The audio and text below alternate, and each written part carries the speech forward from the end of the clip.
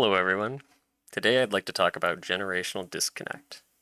The generations have very different interests and worldviews. The boomers, all the way down to Gen Z, very different views, very different perspectives, very different interests. And that's been coming to head in recent years as the culture war shifts progressively faster, as technology is getting rapidly more advanced, as our political systems are under attack, as the as international relations are breaking down. All sorts of things have inspired these conflicts between older and younger generations on which direction the country should go in. To understand why the generations hold these beliefs, we have to break it down into the mindset of each group.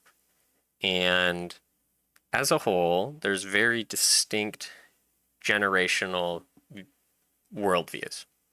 Currently, the older generations, the boomers and the Gen Xers, seem to think young people are having these beliefs that are way off the deep end, but hopefully eventually they'll grow out of them. That's their thought process is they'll grow out of their worldview, which by the time somebody's in their late teens, early 20s, their worldview is pretty well established.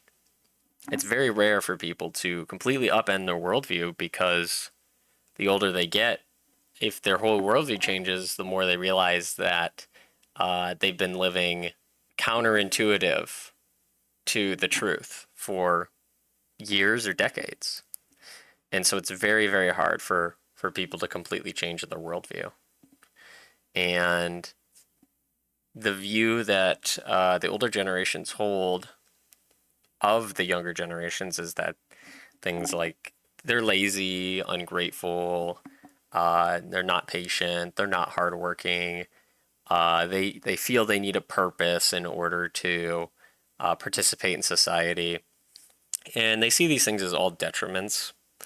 And but they don't offer an explanation as to where this came from, which is funny enough, especially this ire targeted towards millennials, because who were the millennials' parents? Well, it was the baby boomers. Who were their teachers? Yeah, the baby boomers. So they grew up in the system, either intentionally raised by their parents to have certain views, or because they raised by their parents had developed certain viewpoints, whether through intentional action by their parents or the resistance to their parents' ideologies. And also, you can claim the way that the older generations have neglected these systems. They allowed the educational system to fall apart. They allowed government to become more corrupt through their inaction, and the people suffering the consequences of that are the millennials and now Gen Z. And so they look at that and they say, I'm a product of the system that the boomers created. And that's where my worldview comes from. So for the older generations to say, I don't know where this came from, I don't know why my kid acts this way,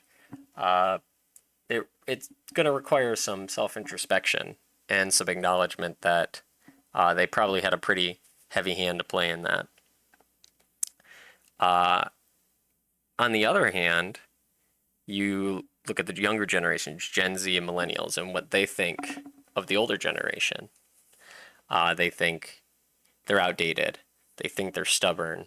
They think they don't see the problems of the world. Or they see the problems but figure, I'll be retiring here soon, or I'll be dead soon.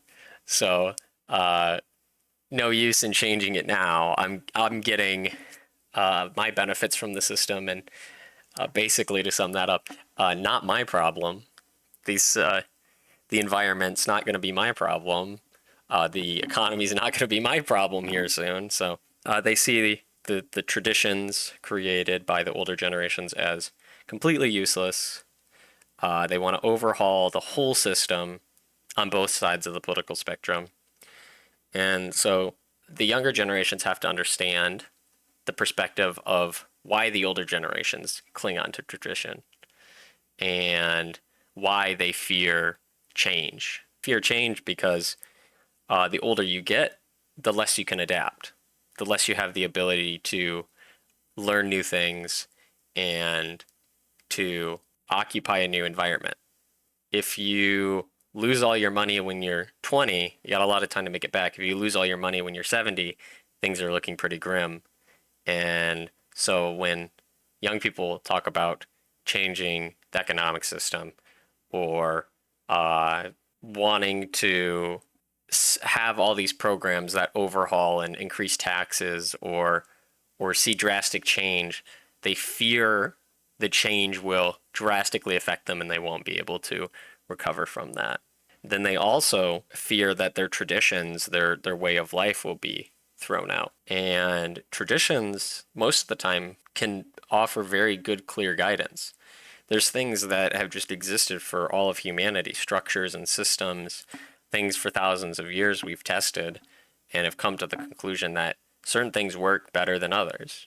And there's leeway for circumstance, but these systems have been tested and traditions about the family, traditions about religion, these traditions that they hold, a lot of them have a basis in real practical skills. And then there's some that, there's tradition for the sake of tradition. And so young people will look at the traditions for the sake of tradition. And they'll look at how the system's not working for them. And they'll combine it together and say, because of these things, all traditions are bad. The whole system's bad. We got to uproot the whole thing. You have to understand why the boomers would be concerned about their world shifting so much. There needs to be some sort of communication, because if there isn't, things will keep changing and both sides will get swept up by the tide. And the way things are going, the less we want to talk about these things, the worse the ramifications will be later down the line. As a young person, I obviously ascribe to the younger perspective that the system is not currently working well. To look at where all the generational perspectives have come from, you can start back at the greatest generation. Coming out of World War II, times were fairly prosperous. People had enough to go around.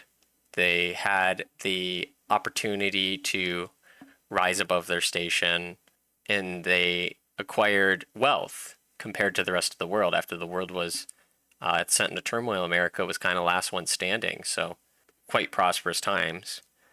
They passed that down to their children, the baby boomers, who grew up in times of relative safety, relative economic prosperity, not a lot of wars, and they had the ability to go to school for quite an inexpensive amount of money. They were able to buy a house and a car and start a family on a singular income. Then the Gen Xers, similar things, except for things started to get a little bit more expensive. But overall, the system they prescribed to of get out, go to college, get a job, buy a house, start a family, retire, that track still maintained through Gen X. And then it was told to their children, the millennials, stay on this track and you'll be successful. It's worked for us. It worked for your grandparents. It worked for your great-grandparents. And they did. They got out. They went to college and they couldn't find jobs. And they had all this debt. And all the things they were promised were not delivered. It's like they were put on a roller coaster and at the end was a brick wall. They were promised this ride. Just stay on the track. Just keep on it. And at the end, you'll have everything you desire. And 2008 happened. The cost of living rose. Foreign wars took place. Mental health issues went on the rise. Technology created breakdown of the community. So all these things happened, and the millennials really suffered for it. And now Gen Z looked at their parents or their older siblings who are millennials and said, I don't want to play this game. I don't want to participate. I see the brick wall. I saw them crash into it. Why would I trust you and do the exact same thing? And that's where you see this hustle culture come from. That's where you see this sort of nihilism about the system, a strong distrust in the government, because things throughout our lifetimes have only continued to get worse.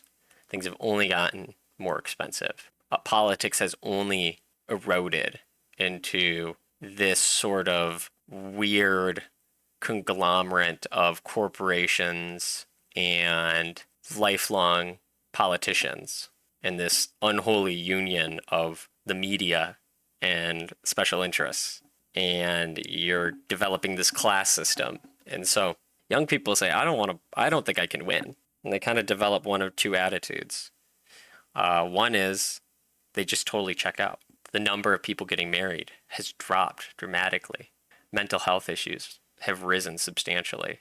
Refuse to work. They don't think they can get ahead. So why bother? I'll just live my life as contently as I can. Because if I play the game, I'm going to lose. And then you have another group of people who say, I'm going to almost cheat the system. So the people who are like, I need to invest in crypto to make money. I need to start doing YouTube or be a Twitch streamer, or I need to find some way, this hustle culture, I need to get out. I need to find some way where I can make it big quick, and then I'll be set for life. Because they don't trust that if they work hard, they'll work up through the system and they'll have security. Now it's almost the least secure thing to do is to follow that quote unquote secure path. College is more expensive and it's not offering jobs. A lot of jobs are being sent overseas. And even if you work hard up through a corporation, it's more likely that they'll bring in outside upper management than promote you from within. There's no corporate loyalty. There seems to be a very clear lack of interest in supporting the average citizen from the government. We see this in how military rates have dropped because people don't want to fight for a system they think doesn't care about them, doesn't support them. They don't have anything to fight for. And you see the older generations complaining about these things. And so there's this huge fight back and forth about should we just completely overhaul the system or should we not change anything? And there's not any nuanced discussion going on, because how can you have a discussion if you don't even know where someone's mindset is at? I remember learning in business school the difference between interests and positions. So your interest is what you actually want. Everybody wants to be happy, healthy, safe, successful, to have a family, to have a community. That's what people want. Those are their interests. But their positions are, how do I go about it? And because of the drastic change in the political climate through the decades, those positions of how do I get those things have changed. So even though the interests may remain the same, the positions have drastically changed. But since either side is misconstruing the interests of the other side, oh, you just want to be lazy, or oh, you just want to maintain your silly traditions, they can never truly address the positions that the other party holds because they don't understand their interests. So in summary, young people currently feel highly demoralized and they want change. And old people feel frustrated that the younger generations are rejecting the world they built and all they want is stability. So until we have a conversation about what we actually want for the future of this country going forward, why do people want the things they say they do? Until we have that conversation, things will only continue to get worse.